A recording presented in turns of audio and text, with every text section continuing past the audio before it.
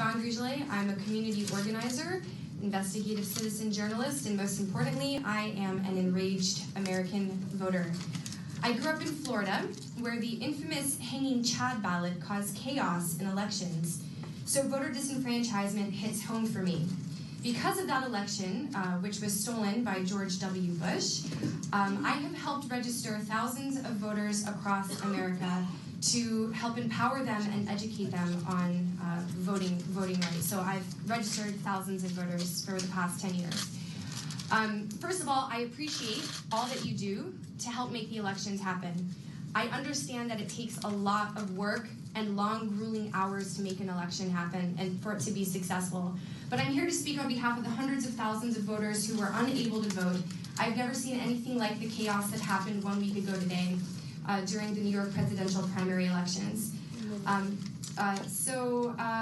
Like we mentioned before, the 60,000 postcards that were mailed to the newly registered voters stating that the primaries were in September, that was mistake number one. The hundreds of thousands of voters that were purged across the state of New York, 126,000 voters in Brooklyn alone, which happens to be the city that Bernie Sanders was born and raised, the largest city that was affected by voter purging in the state of New York.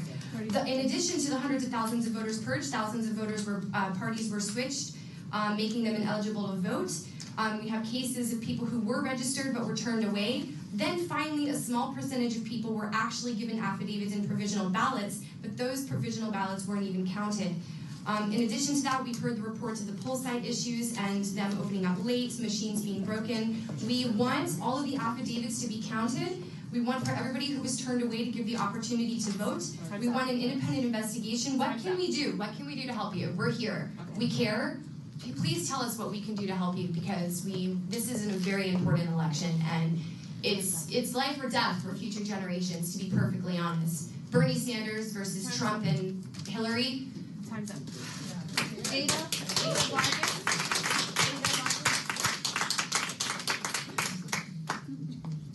Hello, my name is Ada Vargas, and I'm part of the New York Primary Problems group that is trying to bring light and keep you all here. And I wanted to say thank you for your explanation of much of this process earlier. As I understand it, this is a very long, cumbersome process to verify each voter. However, it is something that should never have happened to begin with. My question, in light of all of the comments that you made earlier, is if the board is willing to commit to having every affidavit counted before election results are certified, to rectify the gross mistake of such invalid results cannot be certified with any faith.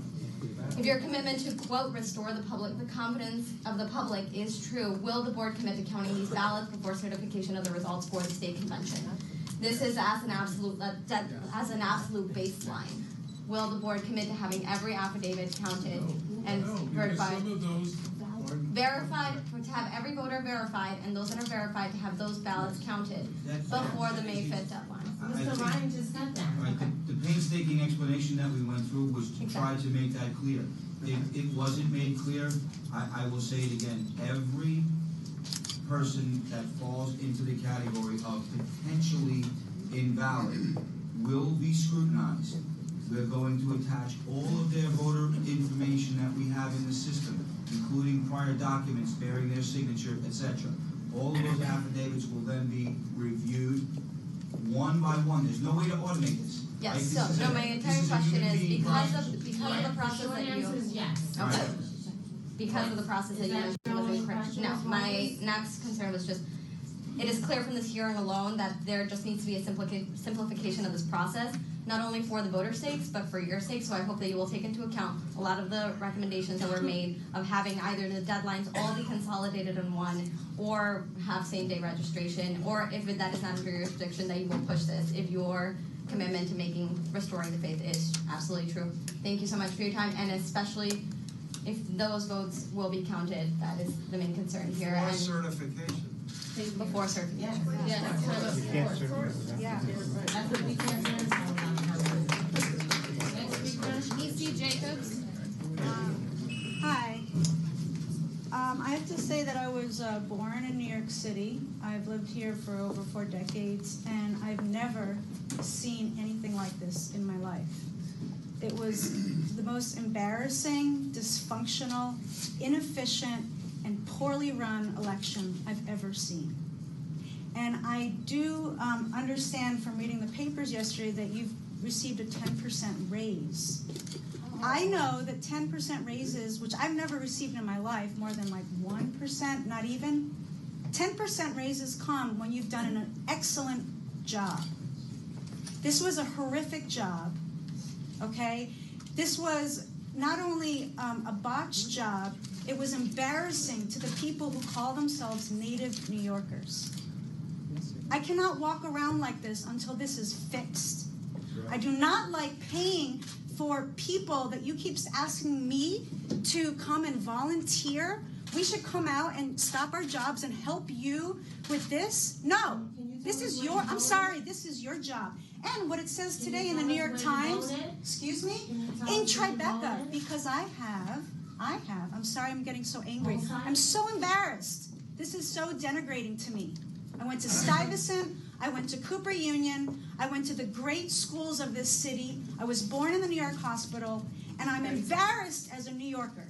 What's the poll site? The poll site that I go to, because I am in a affordable housing program, allows me to live in the same neighborhood that I grew up in, which I could never live in otherwise, right? So I went to poll at Tribeca. You know how nice it is at Tribeca? You get donuts, you get coffee, and you get a massage. That's how nice it is there. Brooklyn, we know Brooklyn got completely robbed. Time's up.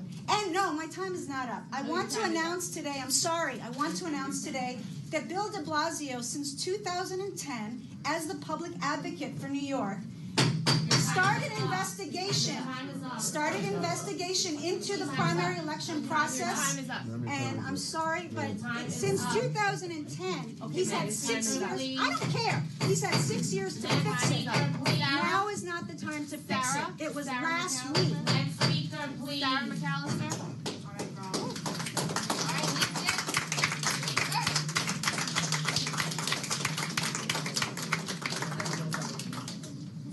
We don't have Sarah. donuts. I got donuts right here. Here. Good afternoon. JACODS. I don't even like Sarah, donuts. My name is Dr. Sarah McAllister. I'm here as a concerned voter. My polling place was in the Bronx. I didn't have any issues myself, but I am a CUNY professor and a number of my students did. So I'm partly here to speak on behalf of them. I will second a lot of the statements that were already brought up, and I don't need to waste time repeating them. But as a mathematician, I feel like it's my duty to call attention to the numbers. The exit polls were showing in the Democratic primary a 4-point spread between Clinton and Sanders. 45 minutes after the polls closed, the same media reported that Clinton had won the state by 17 points. Exit polls were designed to catch election fraud, and they're designed to make sure there's a maximum of about a 4% error in either direction. So either, even giving the polls the maximum leeway of inaccuracy, you would expect Clinton to have won by no more than about 8 points. A 17-point lead is statistically virtually impossible.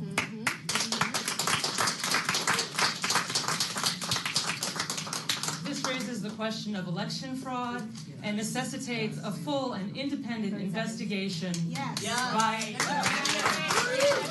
a party with no stakes in New York City or state politics or the outcome of the election in general. Thank you.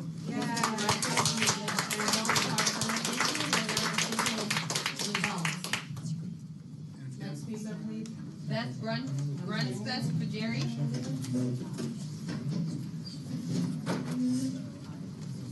Next speaker, please. She's coming.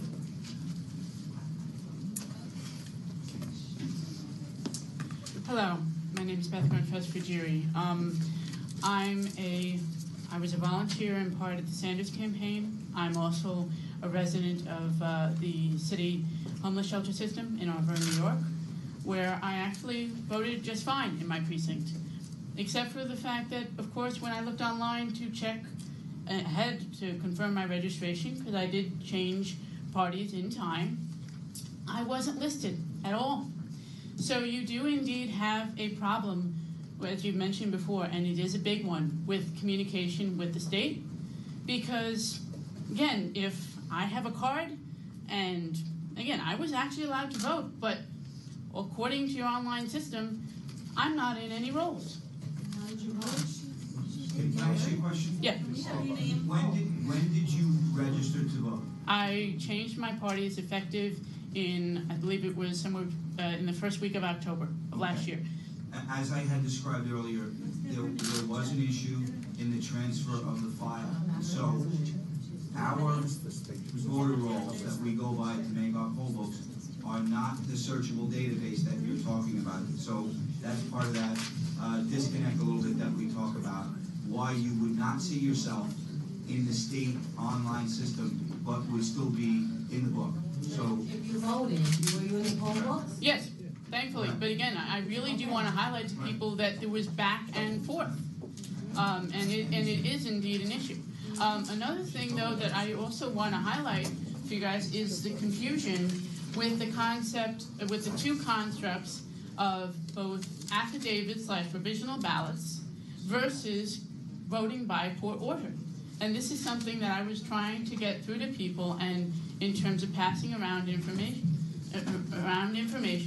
about the fact that people could go to court and request, and people did, and meet people throughout the state, stood for hours and hours in line to get that right to vote regularly. So again, you have a massive number of problems. It really needs to be fixed. Thank you.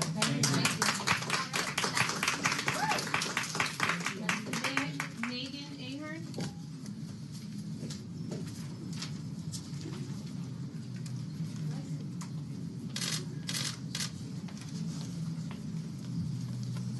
Hello, my name is Megan Ahern. I'm Program Director for the New York Public Interest Research Group, or NYPIRG. So it's now clear that the Board of Elections tossed Brooklyn voters from the rolls, and part of that was probably illegal, and that's disgraceful. State laws were broken, and investigations should consider whether criminal charges are warranted. NYPIRG calls for the immediate reinstatement of all purged voters, and the board should release a step-by-step uniform statement detailing exactly how each of their 5 borough offices conducts voter purges before any further action is taken. A similar statement should be provided concerning voter registration protocols and procedures for placing voters on the inactive list. This will help people educate themselves and not be so confused, and provide clarity for advocates like us. Each and every affidavit ballot cast in last week's election by a purged voter should be ruled valid unless a new and independent assessment is conducted. I hear that you're doing that, thank you. Additionally, a speedy review of all other purges conducted by the Board of Elections across the 5 boroughs, not just Brooklyn, since the last presidential election should be conducted, and methodology and results made public and posted online. New York deserves answers from this body, and I have a few questions. Does a standardized written description of the procedures and timeline for purging voters or placing them on the inactive status exist more than just meeting minutes? And if so, will you provide a copy and provide it online? If not, are borough boards only provided with state election law as their guidance? That can provide confusion. And the board should identify if, how, and why any borough differs in its registration, purge, or inactive status protocols or timelines than any other borough. The board should also provide updated written responses to whether and how suggestions urged by the New York City Department of Investigation's 2013 report on the board's employment practices, operations, and election administration were implemented. And last but not least, we're also supportive of the city's pledge of additional funding for improvements like increased stipends and training for poll workers. Okay, and we urge the board to commit to treating this money differently and turning over a new leaf.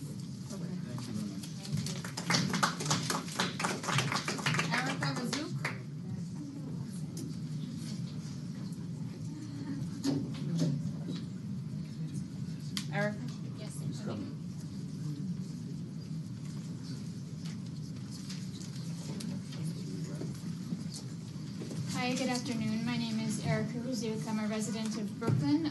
I'm here speaking from my own experience as an individual. I am a human rights and anti-corruption lawyer.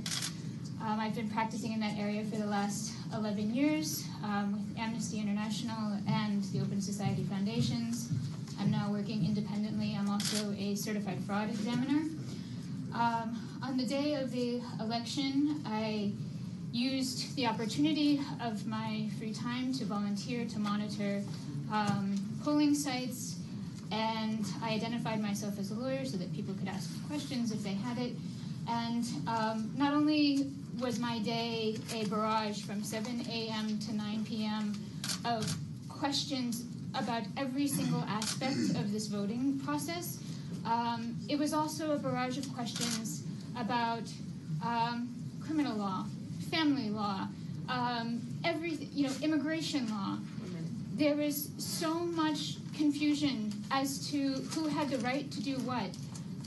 I feel from a human rights perspective that the right of self-determination has been absolutely violated for most people in this city, because it's not just, as some others have already mentioned, it's not just the affidavit ballots that you have, it's all the ones that you don't have. And it's the impact of the lack of communication and the lack of clarity for the rest of the public. I think it's also the impact of the media that resulted, and the media around the so-called result of the primary, which is not really the result because the votes haven't been counted yet. So I would just implore this board, and I will be making the same, request of state agencies involved, that actually what you've presented is not enough. It's not enough. Yes. Absolutely.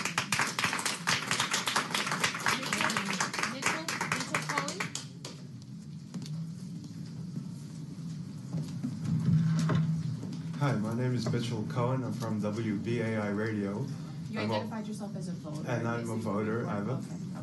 And I live in Brooklyn, and I ran for mayor way back in the Green Party. Some questions about the sanctity of the voting lists themselves, given that they were changed in Brooklyn and elsewhere.